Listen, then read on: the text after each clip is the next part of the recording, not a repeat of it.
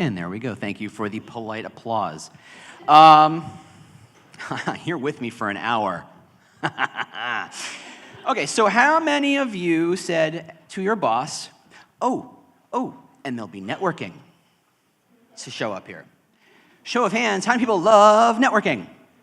Look at the note. You lie. Nobody is that friendly. I mean, you look friendly, but you can't be friendly. So here's my first gift to you, all of you, because I love you dearly. Pick up your phone. Do it. Finish it. No. That is a joke only 40-year-old men get. Oh, crap, that's me. Okay, so turn on your Bluetooth. If you don't know how to turn on your Bluetooth, look to your left or look to your right. One of those people can help you. I'm not here to do your tech support, people. And then you're going to open up this app called LinkedIn. It's a really cool app. You should try and get it. And there at the bottom of the old LinkedIn, there's an icon. Mine is second from the left. It looks like a two-headed monster because it is. Click it. Ready? You ready? Ready for the magic? You ready for the gift? You ready for the power? You ready for it? Because I compel you, apparently. Click at the top where it says Find Nearby and watch the magic happen. You're about to network with 100 people, other HR professionals, people for whom you can complain about your jobs with, people for whom you can complain about your employees with, people with whom you can potentially network and find new jobs. I mean, something else. I'm sure it's something else. Don't worry, I'm following you.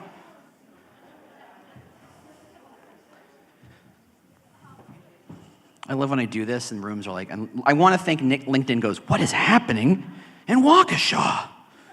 Did we open a new office? Bob, check the server. We got 400 connections. I feel like I should name some of these people and make fun of some of your pictures. I mean, really. Okay, I'm also clicking things because in a minute, I'm going to ask the impossible to put your phone down. But I'm going to give you a minute because I'm also friending all of you suckers. This is all just one big gamut to get all of your personal information and give it to Microsoft. Anyway, I'm not drunk. I just sound it. I'm okay with that. I hope you are too. I'm from New Jersey originally. I live in Chicago now, but I'm from New Jersey, and I say Jersey because if I swear, I apologize, I'm toning it down, but in Jersey, swearing is kind of like a punctuation mark. So here we are, putting the phone down. All right. So this is an absolutely 1,000% true story that you will not believe, because as soon as someone says employer brand to you, what's the first thing you do?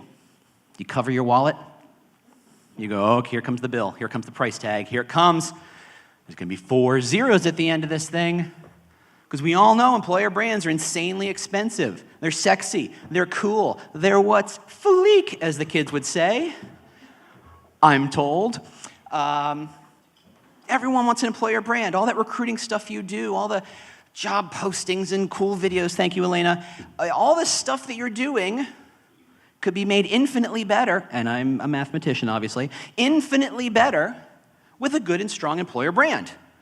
And if it's that good, oh my God, that better be expensive. It's not.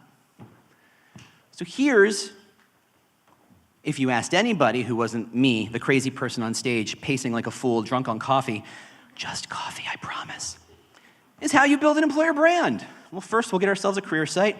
That's cheap. And then we'll get ourselves some content.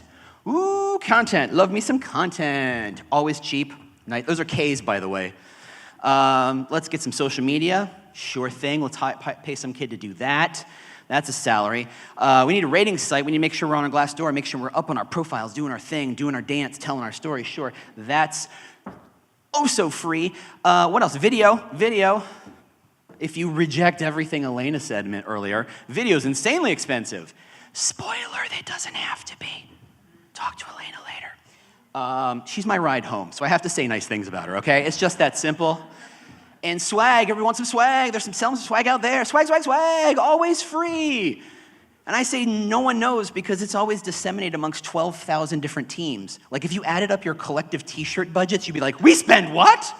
Yeah, but you're doing it 10 at a time, so it's cheap. And then of course, there's a CRM, and that seems about right.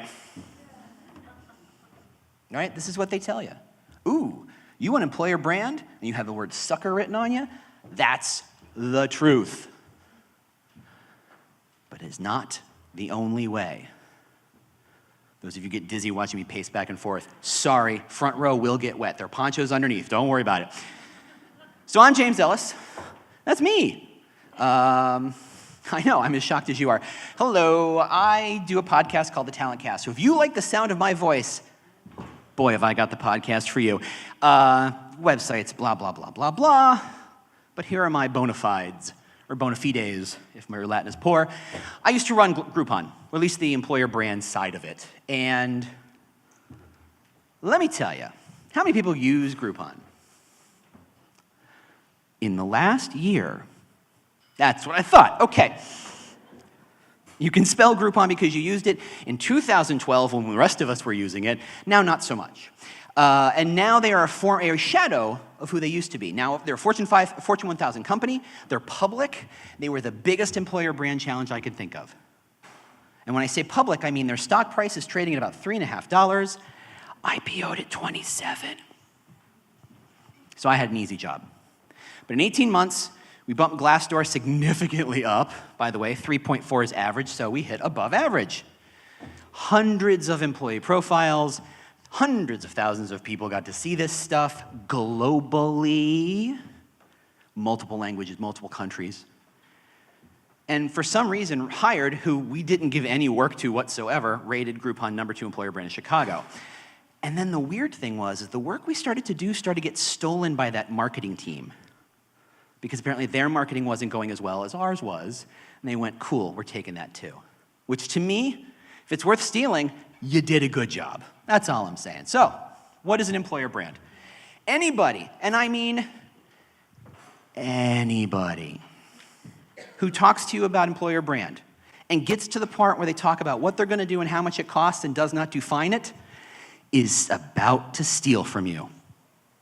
So let's define it, because everybody has a different perception of what this thing is, right? Very simply, it's simply the aggregate of individuals' perception of what it's like to work there. Meaning, what you think it is, what you think it is, what you think it is, and what you think it is are all true. What you think it's like to work at Target, what you think it's like to work at Amazon, what you think it's like to work at Under Armour, wherever, that is your personal understanding. And when you kind of aggregate that together, that's your employer brand. Simple as that. Except, okay, fine, it's not that simple. I lied, okay? Employer brand is actually far more complex than that, and mostly it's because of that individual thing. How many people here have an iPhone? How many people love their iPhone? All right, and every time you touch that iPhone, you go, man, it works. Love that it works. Every time I turn it on, the battery works pretty well. If I have a problem, I go to the Genius store. It just works. I can throw out my bag. I can throw out my car. No big deal. The whole thing's aluminum. No big deal. It's safe. It always seems to work. It updates itself. It's darn near magic. It knows where I am all the time. It gives me personal feeling, reminders of everything that's good about myself. How many people have a non-iPhone phone? A Google phone, which they adore? There you go. Can't take it back. Faster than that. To which you go, there you go.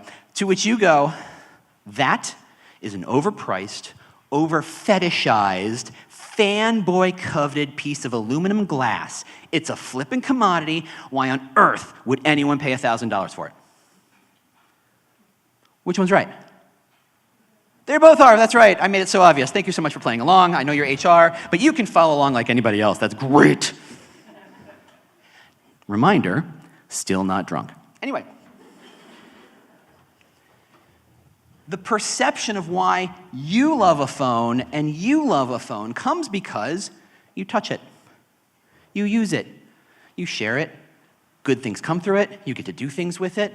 You had a good customer service experience with it. The process of buying it was kind of cool sometimes. The upgrade process was fantastic, excluding the price tag. You use it. You love it. And every time you touch it, you get a positive feedback of this thing works. It's good. I like this.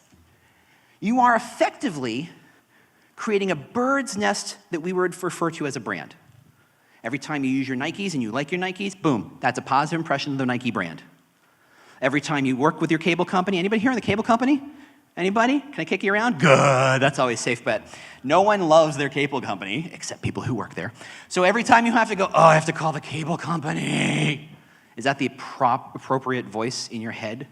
Right? Does that sound about right? No one goes, I got stuck to my cable company. I'm gonna write songs. No, you don't. I promise not to sing. But that perception comes from having to deal with the cable company. You weren't born hating your cable company. You weren't born hating the airline that you're on. And again, no one likes their airline. We just deal with it. It came from touch points. It came from experiences. You had a positive experience, you have a negative experience. Now, when we think about employer brand, we go, okay, got it. So every time a recruiter touches that candidate or has an experience with that candidate, I'm creating an employer brand, an impression. And the answer there is yes. But the real answer is far bigger than that. When you're Groupon and your Super Bowl commercial tanks because it was deeply inappropriate, that impacts it. When your stock price is in the toilet, thank you. And when your stock price sucks, that impacts it. When you go to buy a Groupon and you have the piece of paper, back when it was piece of paper, and you went to the voucher and you said, I'd like my 2-for-1 pizza, and they go, oh, we don't take those anymore.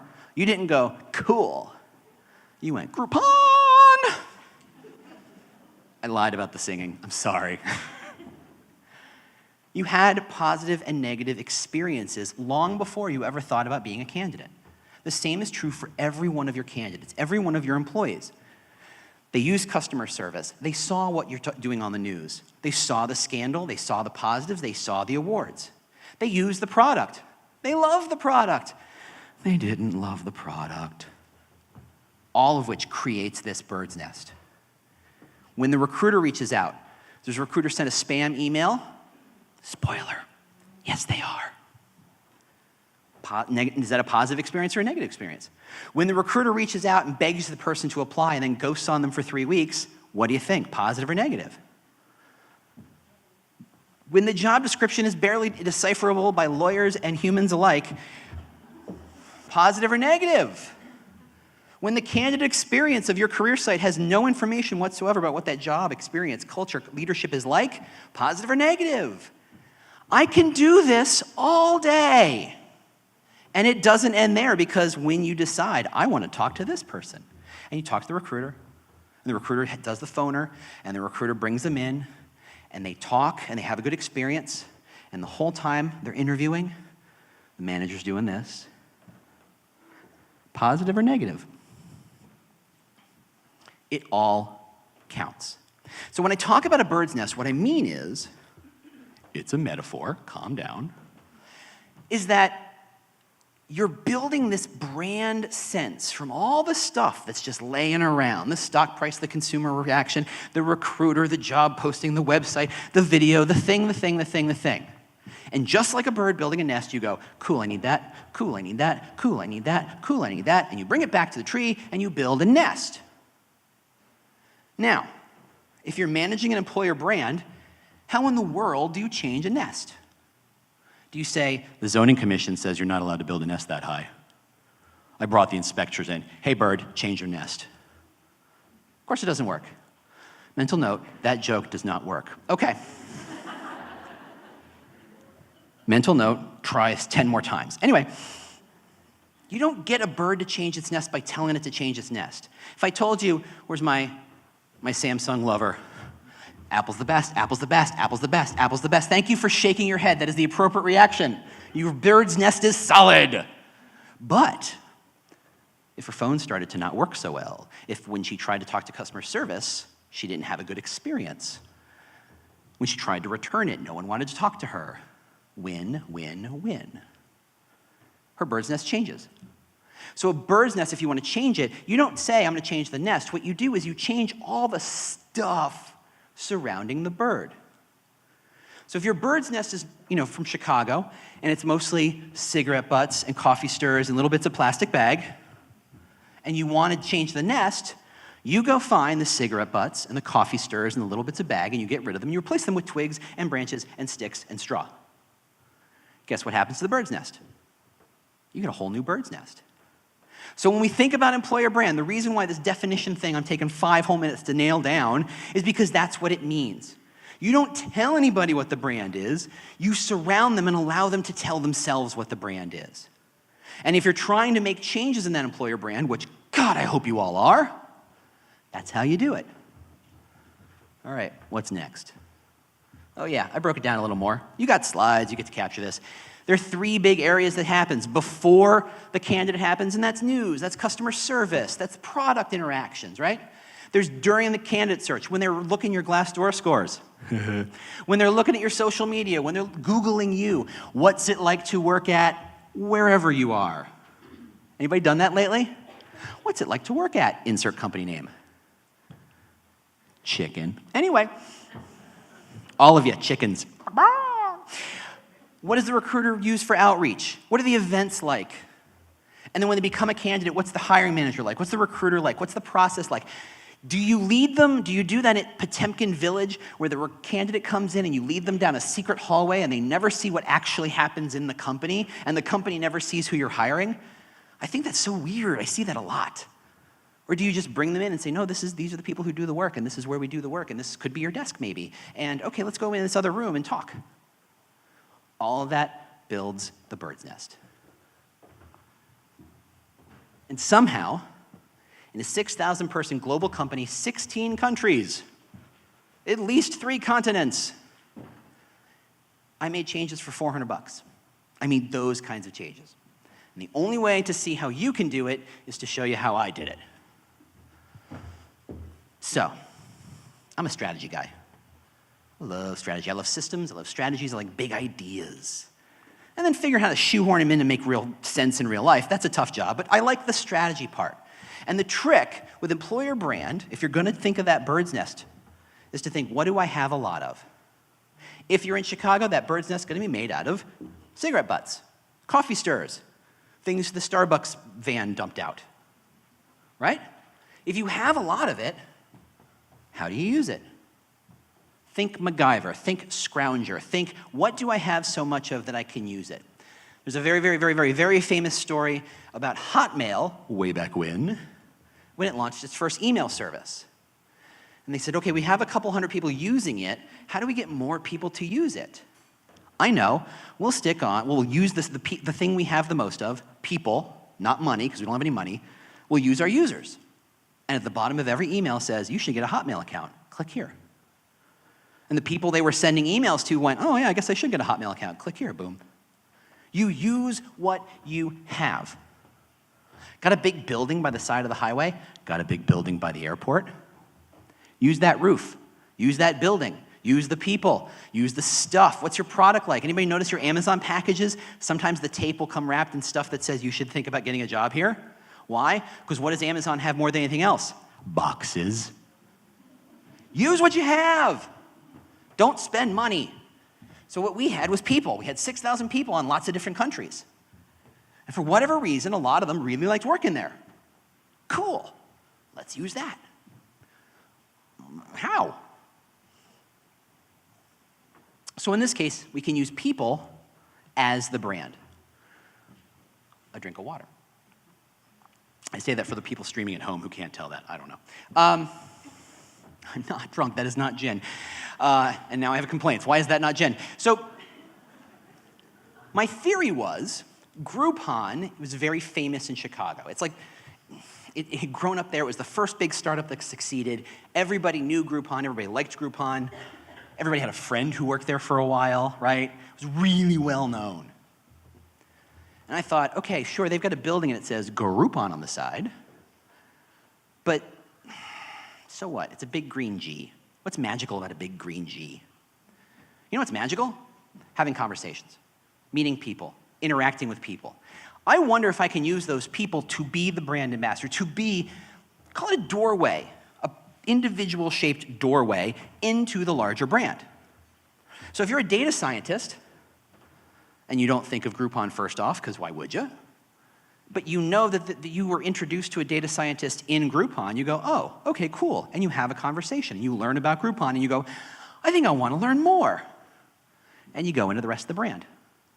If you're in customer service and you want to know what the hourly employee role looks like, what does the bullpen look like, what is the perks, what is the situation, what is the environment, you know who I'm not going to introduce you to? A recruiter. I'm going to introduce you to someone who's doing the darn job right now. I created individual role and location-based profiles. We're going to talk about how I did that in a second, so we'll come back to it. Also, what's more authentic, the commercial or your friend saying that's a cool product? Right? And yet somehow we spend a lot of money on recruitment marketing when you're surrounded by literal people who actually do the job. Boggles the mind. People are more authentic. They are believable far more than any amount of money can spend. They have networks. As a recruiter, any recruiters in the house? Smattering of hands.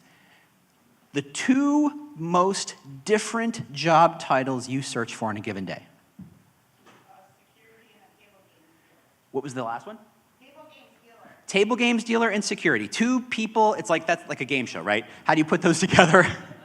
How on earth can you recruit for both of those and not go flat out schizophrenic? Someone get this woman some antipsychotics. Or just coffee. I find coffee works.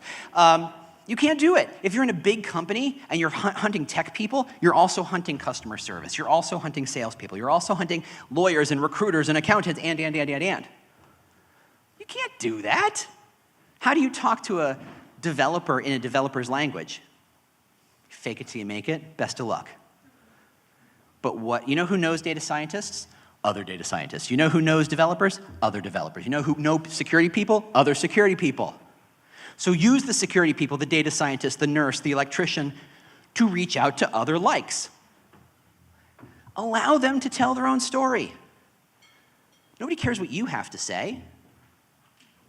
They care about what they have to say, right? Ego. They understand that personal connection. They understand, why does that person choose to work there?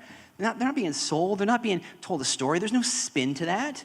But like, oh, if that person likes working there, and that person looks and acts and sounds kind of like me, maybe I might like working there.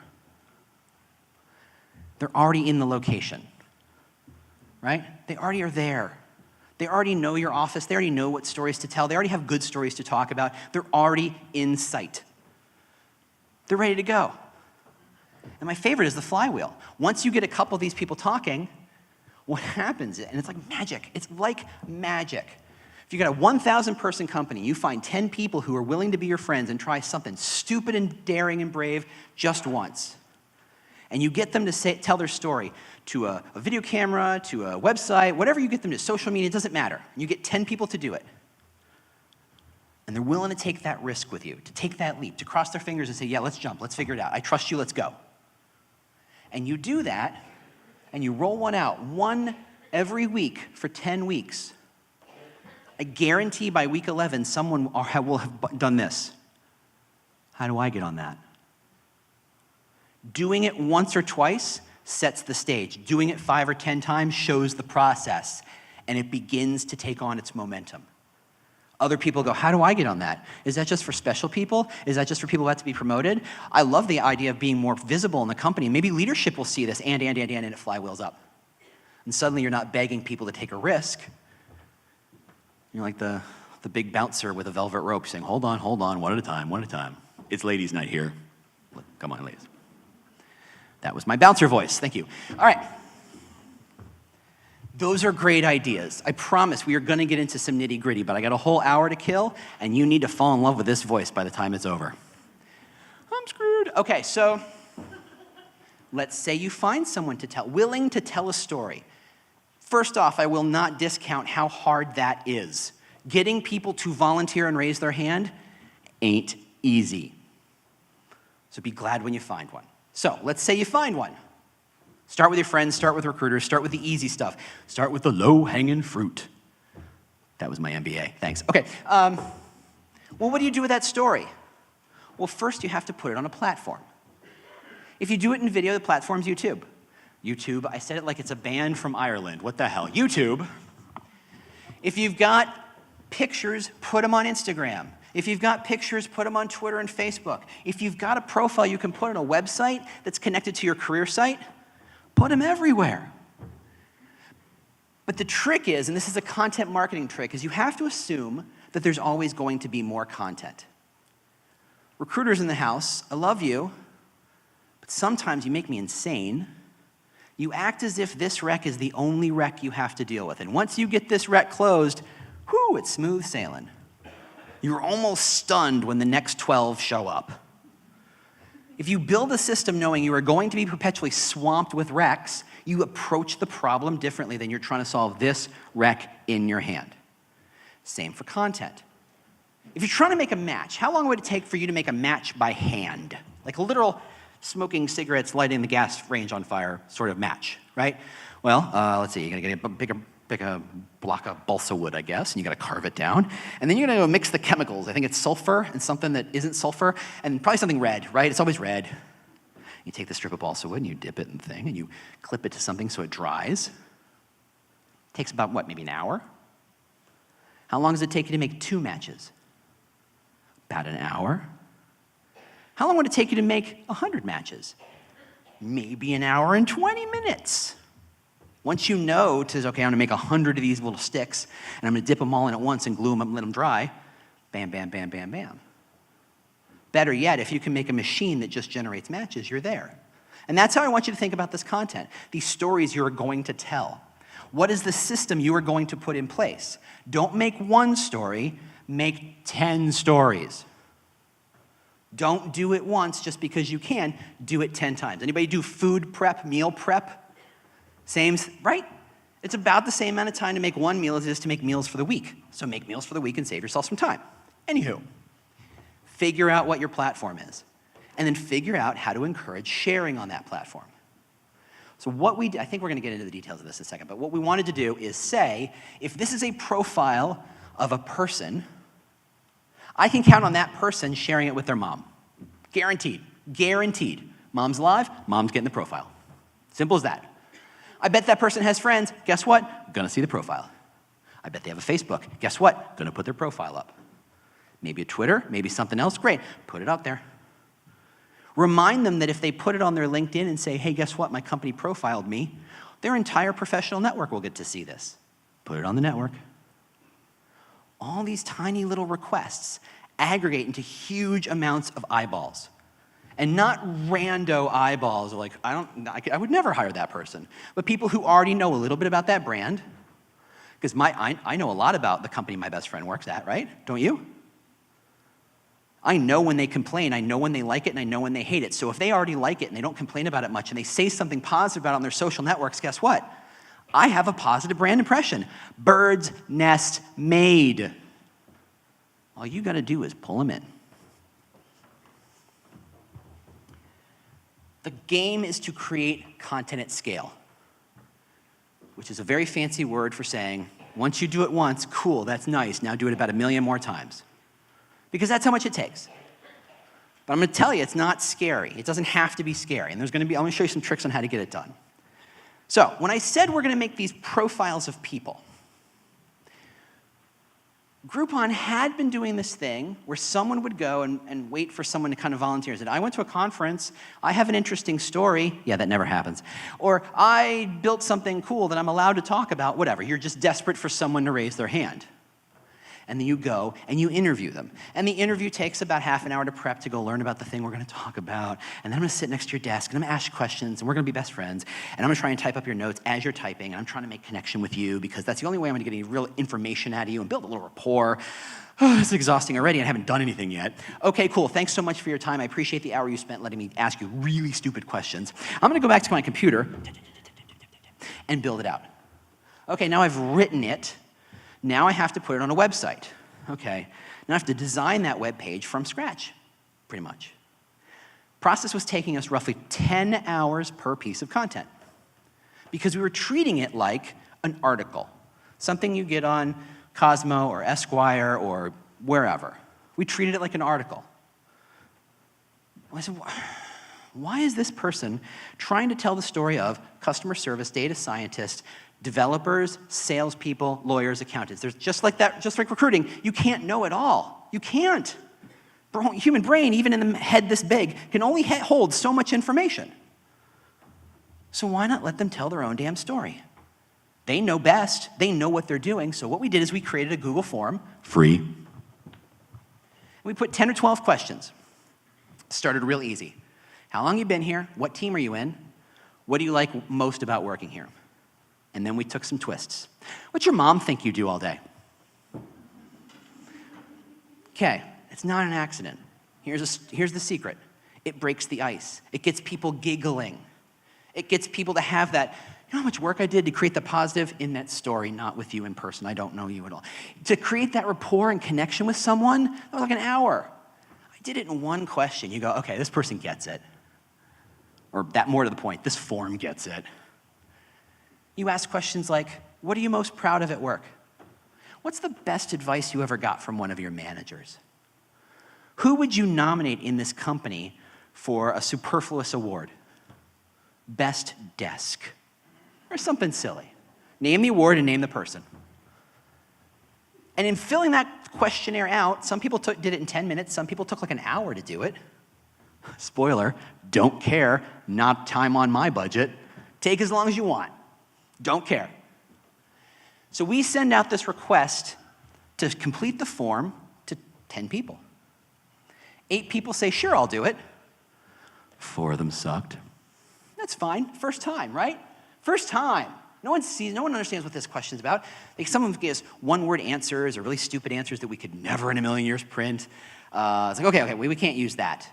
But we took the 4 we could use, and we took their own words, and it let them say, I really want to be involved in this. So the people who did want to spend an hour writing a really interesting story about that thing that happened in Groupon 5 years ago, cool, we're going to use that. But I don't have to be the bad guy pulling teeth saying, hey, can you tell me a better story than that? Or in that interview, you're like, oh God, this story sucks. How do I get to tell her something interesting, right? That's a lot of work, which means a lot of time and a lot of effort and a lot of pain. So people got to define exactly how involved they wanted to be. And the best part was, as we learned earlier, there is a supercomputer with a video and photography camera in their pockets right now. Now, what we got to do is we made some decisions. And we said, okay, we want a nice, pretty headshot. Have you seen the portrait mode on these things? This thing's 1.5 years old. Gorgeous stuff. We just went to one of the offices that had a little sunlight, put them in the right spot, shot them, done. Like, counted to 10, done. And that's our headshot. We didn't engage the photography team. We didn't buy a $700 camera. And then what we said is send us 3 funny pictures from work. No drinking. This is HR, after all. I figured you'd appreciate that. You don't have to say things like, no theft. No, just kidding. HR jokes. And they provided some great pictures. And then someone said, I have this animated GIF that Snapchat made for me. Do you want that? I went, yeah, I do. Tell me how many other profiles of employees have animated GIFs where they open their mouth and the dog tongue lolls out in a Snapchat filter? It's hilarious. It's goofy. It's cute. It's the personality of the brand we're trying to instill. Most importantly, to the person who reads that and goes, that's pretty funny, I got you. I own you. You understand my brand. You get it. You will not forget that. I'm just going to reel you in. Again, it took maybe half an hour to come up with the 10, 12 questions, 12, 15 questions, and put them in a Google form, and then my work was done. All I had to do was email it to people.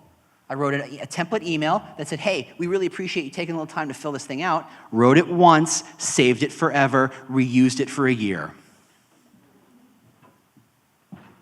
I'm not an idiot. I just look like one. So we let them do the hard work. And some people were like, whoa, this is cool. And they sent us animated GIFs, and they told us amazing stories, and we went, oh, this is amazing.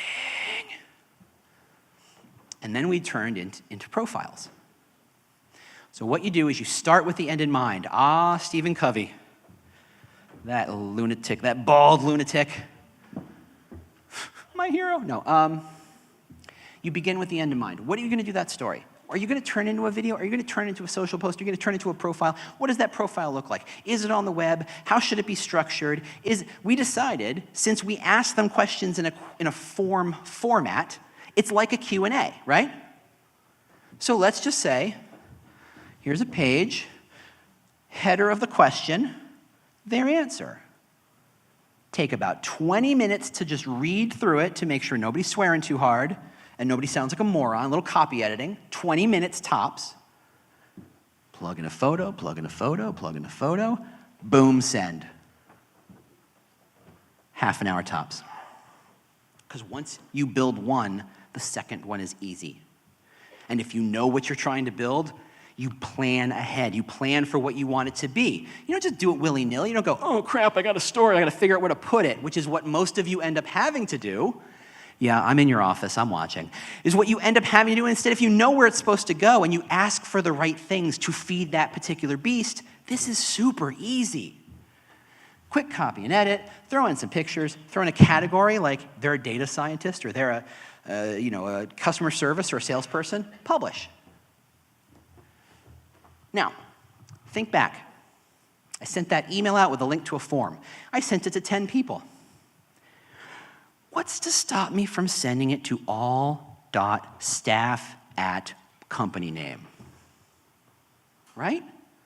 Same amount of work for me, right? In fact, it's actually less because I don't have to go look up those 10 people's names and their email addresses. I just send it to all. And it goes out. Now, I didn't do that because we talked about that flywheel effect. What I wanted to do was prove a success in a small space and have people go, can I be a part of that? Yes, yes, you can. And I knew if I sent it to all, I'd get 4,500 emails going, what the hell is this?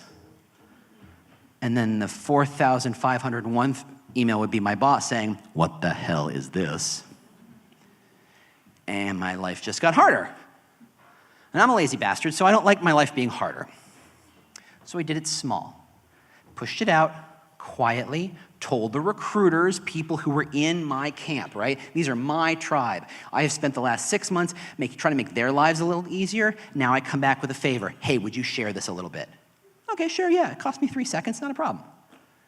The response was pretty amazing because I did start to get people saying, I do want to be a part of this.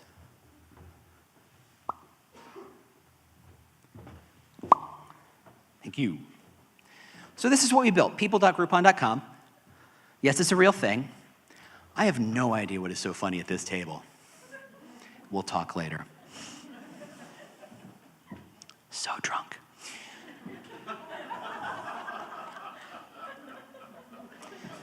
So this is people.groupon.com. Still alive. This is a website we built specifically to house all these amazing profiles that we made and the million more profiles we planned on making. Begin with the end in mind. Okay? It's kind of a cool picture. Stole it from marketing. There was an event somewhere. It's a diverse picture. It's actually in Spain.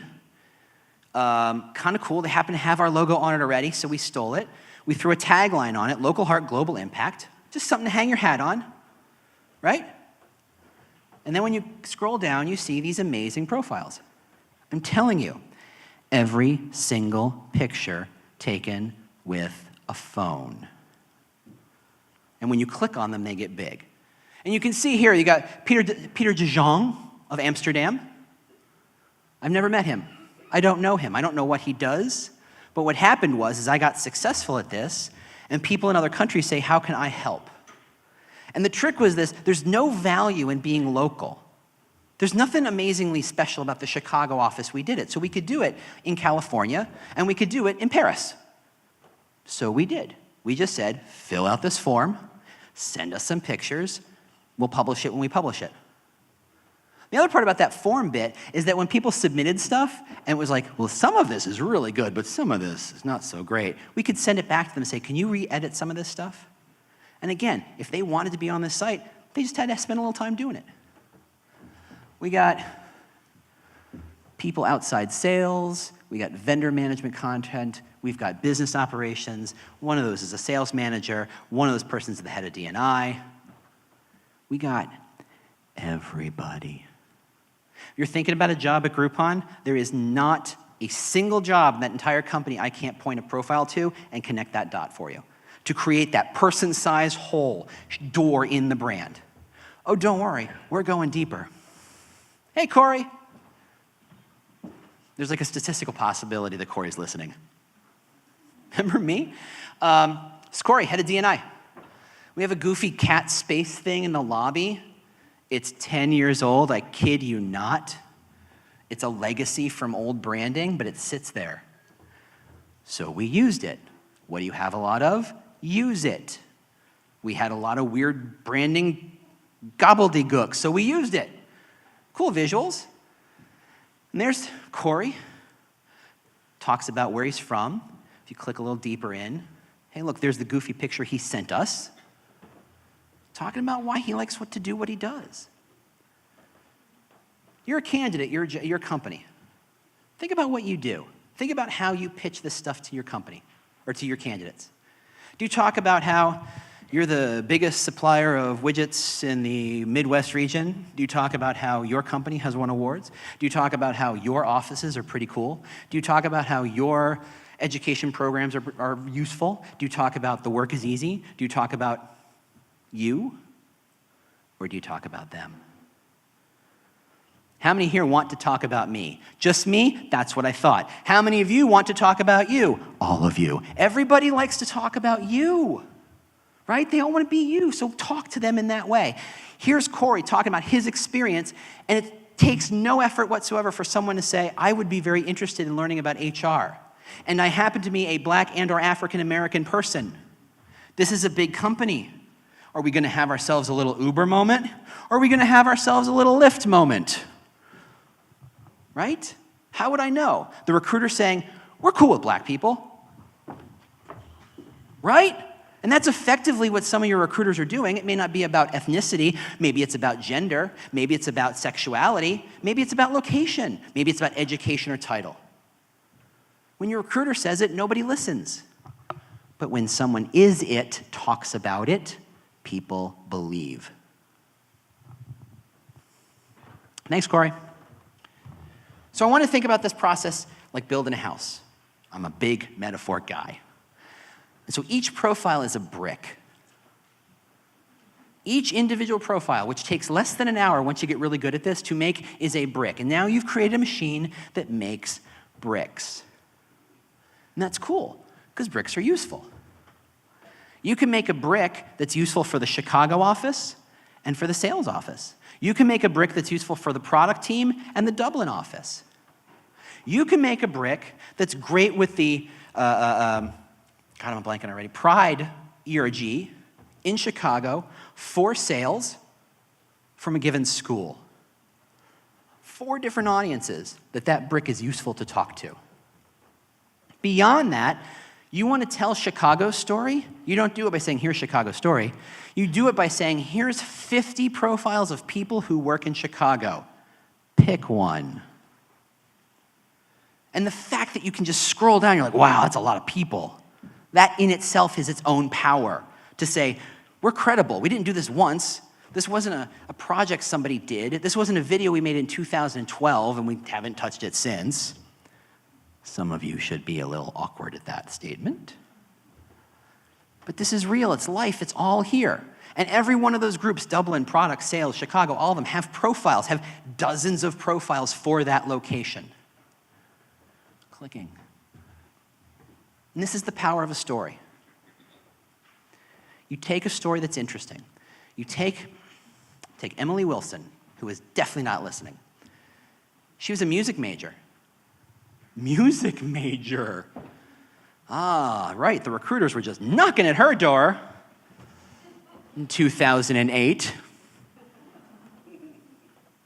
She got this stupid job at Groupon doing customer service because it's the job she could get. And it turns out this was a company that actually was willing to let her push the boundaries and try new things. And was willing to say, I know you're seeing this problem in the customer service side, and you volunteered to go talk to a developer to see how we can develop a system that fixes this problem. You know what you need to do? You need to not be customer service. You need to come with me and cross the threshold into developer land and become a product manager. She's a music major because this company walked her through and said, try this, go for that, we will reward your efforts, we will reward your experimentation, we will reward your desire to go, not just the extra mile, but the extra 20, with a better job, a better career path, and she adores that brand. Adores. Now, it's cool for Emily. Good for her. Having heard that story, how many of you went, gosh, I wish my company would have those things. I wish my company would let people out of our boxes and let us experiment. And some of you went, God, I'm glad my company doesn't let us experiment all the time. Apple and Samsung, right? Everybody sees it differently. But for the people who would love the opportunity to be rewarded for trying new things, that's an amazing story they should hear. Spoiler, I just made it. Spoiler, I just pushed it out to Emily's friends and a couple other networks, and a bunch of people who would love to hear that story heard that story. I win, right? So it gets shared by staff, and that both gets shared internally to say, oh, Emily got a profile. Can I get a profile? Also, her networks of people I can't reach because my name isn't Emily, I'm reaching them too. It's doing recruiting outreach, and it's just generally building the brand. It's creating bird's nests all over the globe. And it creates its own feedback loop. When you think about it in systems, the hard part is to let go of the outcome and to trust that an outcome will happen, or when an outcome happens that you don't want, that you can adjust and you can figure it out because you know there's another one coming, there's another one coming, there's another one coming, there's another one coming, there's another one coming. So if you know that this question works and this one doesn't, kill the one that doesn't. If you're in the shower on a Thursday and you come up with a genius question to add to the profile, add it to it, and every person who hasn't seen that profile yet will. Every time you push a new story out, tell new people. Add a new section. Oh, by the way, we have a new office in Spain. We have to start talking about Spain. Is there anything we can do about Spain to add to this flavor to this? We turn that initial form into 10 different forms. We did one for engineers and one for sales. We did one for EMEA. We did one for North America. And the questions were slightly different because we learned what questions a customer service rep responded to were not the same questions a developer responded to. And the time it takes to copy and paste a form is the time it takes to say, copy and paste a form. No effort. And then we got to video. Ta-da! It's magical. It's flippin' magical, it is. So here's the formula. You find an interesting place. Hey, look, it's a conference room with a glass wall. And behind that wall is a big corkboard with people who are mentors. And it says, Business Development Mentors. It's already there. I didn't have to do anything. All I had to do was book that conference room for an hour and stand people in front of that sign. I'm a genius. I'm not. Then I figured out 4 good questions. One was stupid. Break the ice, get them talking, get them comfortable. The camera's weird. And the next 3 were interesting. And then I brought in 20 people. And I literally went, okay, what does your mom do? What does your mom think you do for a living? Oh yeah, that's cool.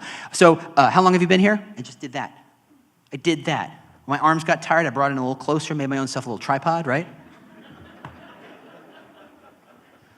It's a bigger laugh than I thought. All right, tripod jokes, on it. I went and splurged on a $65 mic. Amazon. It's my phone, and it was a copy of iMovie that came on my computer. If you do the math, you'll realize I spent $65 on video.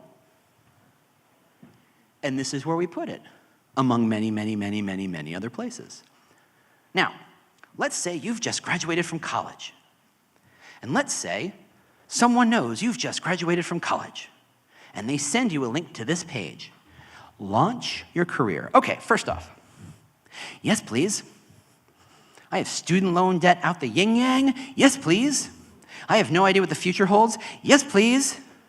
She looks like she's 12. Yes, please. This person's vaguely successful wearing a sweater that's 14 sizes too big for her. That sounds like me. I think I was in her sorority. Yes, please.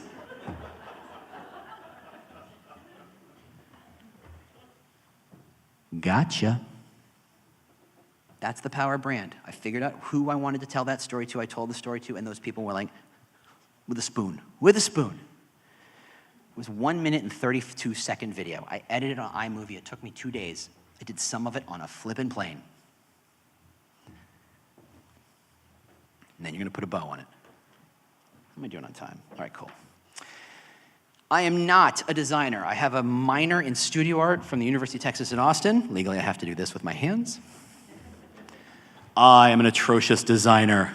Atrocious. Look how many times I did that wrong. So many times. But we came up with a tagline that we were like, it's fine. It's fine. It's not poetry. It's fine.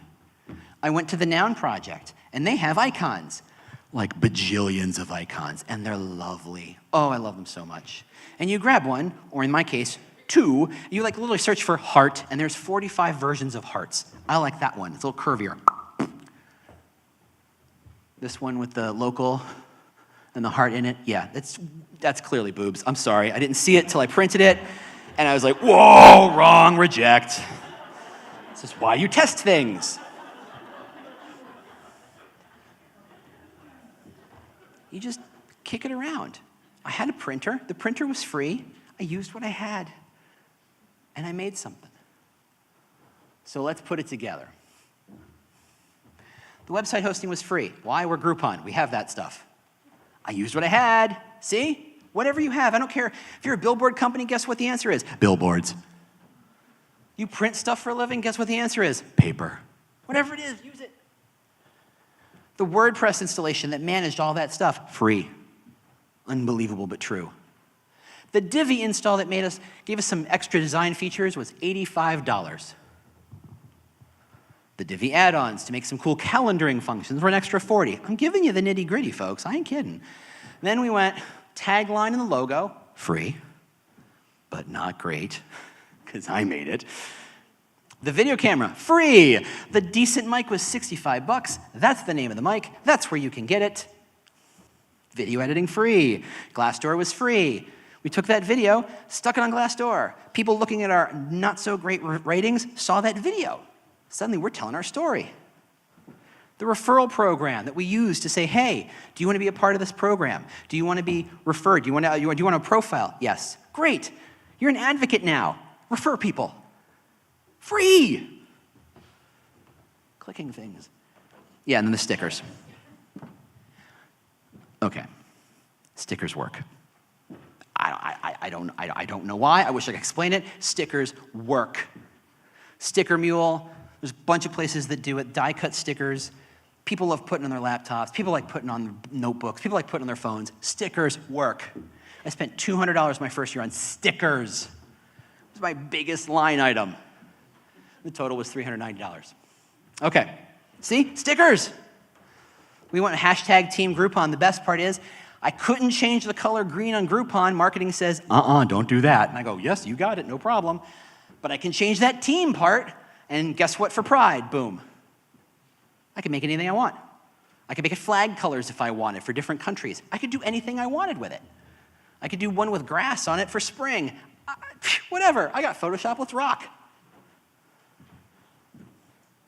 Look at all the stuff you can use that's free. Your referral programs, your conference stuff, the swag, all that stuff leads to building your employer brand. But if you just buy the stuff because you think it'll make your employer brand magical somehow, or better, you're wrong. It starts with a strategy. What do you want people to think about you? What do you want people to know about you? And then how do you project that out to the world? A lot of this stuff is free. Hashtags are free. Changing the interview questions so they align with your mission, so that what the recruiter said at the beginning of the process and what the hiring manager is asking at the end of the process actually look like they were built by the same damn company. Not rocket science, and yet we never do it. All of your hiring managers been trained to interview? Look at all those hands, he said to nobody. Are they all just flipping winging it? Yes. Yes, they are. No one taught them. So you got to teach them. So if you're going to teach them how to ask questions that align with the brand. Ask for video ideas. Ask people to share stuff. All of it, it's right there. You have slides. You'll get copies. And this became the real magic. at some point, very quickly actually, surprisingly quickly, I had to stop pulling. They came to me. I want to be a part of this. You seem like you're doing something interesting. That page you launched, that's actually really pretty. Can I be on that? Where do I use that hashtag? Hey, how can I refer people? How do I help? Anybody else have that problem where too many people are asking how to help recruit? Again, a sea of no hands. I'm going to go blind by all the no hands I'm seeing. So here are the secrets, because I'm running out of time. Nothing is ever done. You iterate till you're dead. Simple as that. Painters have a saying, when you paint with oil paints, you know that oil paints never actually dry. Literally, you can go to stuff from the Renaissance and keep painting. Oil paintings never dry. What the artists say is that we just give up on them. So don't give up. Just keep iterating, change, add, try, test. Stickers are amazing. I've already told you about that. Here's the secret we all forget. Anybody here want to hate their job? Again, a sea of no hands. If you ask your company, anybody here want to hate their job? No hands. And yet somehow, so many of them hate their job. I'm sorry, but that's not on them. They came in ready to rock and roll. Something the company did stopped that. So figure it out and figure out how to level up their passion. Use what you already have. So what happens after the first year and I spent $400, guess what I got to do? Can I have some real money now? And they went, geez, Lou, look at all the stuff you did with 400. Yes. And I got all the money I wanted. You want money, you want budget recruiters in HR? Show the value, then ask for money. Find your cheerleaders. Find those first 10 people who are willing to go arm in arm with you over the cliff. Never be afraid to bang the drum. Martin Scorsese, perhaps some of you heard of, said if you start at one side of town with a drum, and you start banging it and walking it, and banging it and walking it, and banging it and walking it, by the time you get to the other side of town, there will be a line of people behind you. If you wait for the line of people, you will never leave that side of town. So get that drum and start hitting it hard. With rhythm, but they show up. Always take the mic. Hey, James, do you want to come and talk to me? Yes. Hey, James, can you come talk to us about what you're doing? Yes, I want the mic. Give me the mic. I want to talk about this. Not for me, mostly, but for the work and to showcase it, because I know in a room of 20 developers seeing my work, 2 of them are going to go, how do I help? Win! Never, ever, ever take credit. Go through that website with a fine-tooth comb. My name never appears. My picture never appears. My job was not to be famous from it. I gave all the credit to everybody else. That does nothing but help. And find the resources. They are everywhere. People, if you say, look, I'm having a problem with a domain name, there's a developer somewhere who says, I actually know a little bit about this. How can I help? That's how you do it. Get scrappy. And the secret, which we learned earlier in many various mantra forms, if you're not having fun, ain't nobody else going to want to join you. So look like you're having fun, even when half the time you're like, oh my God, what am I doing? Staple a smile to your face. So that's me. I have some treats for you. I have an employer brand self-assessment and a free ebook. None of it sells you anything, but it might help you think about your employer brand a little better, see the opportunities, see the gaps, see the issues, see what you can do to change things. That's my ugly face. I will subject it to you for another minute and 15 seconds. Who has a question before I am kicked off a stage? Anybody, and I mean anybody. This is an interactive conversation. Yes, go. What are you currently doing now? Touring Am I touring the country? Yes, that big bus outside, that's me. It's just Brooks and Dunn. It used to be Brooks and Dunn, and now it's my bus, and I just tour. No, I wish. Here's the deal. When my introduction said that I'm a nerd on this stuff, I'm literally a nerd. I have a podcast called The Talent Cast. Every week I talk about this. So if you like me, you'll love that. I write about it. I blog about it. I have consultant work I do. I can't stop. Like, it's not just the coffee. It's the thing in my brain that says, let's go do this. And so it's my mission to help everybody figure out what the problem is, because recruiters, HR, they look at the situation and they go, I have 24 seconds to make this joke. There is not a problem that a recruiter doesn't say the answer is more bodies. Every recruiter solution is, well, I need more recruiters. It's not always the solution. Employer brand is systemic. It's the salt in the water. No one tastes the salt, but they know it changes the chemical composition. It boils at a different temperature. It's magical stuff. Employer brand's the same way. And it turns out you can do double and triple the stuff that you're trying to do from a recruiting and hiring standpoint if you just change your mindset a little bit with this employer brand stuff. Employer brand stuff is like the tool that helps you change the way you look at these things. That's all I want to do, is help you all change the way you look at those problems. I am out of time. Thank you so much for having me on. I hope you enjoyed something. I hope you learned something.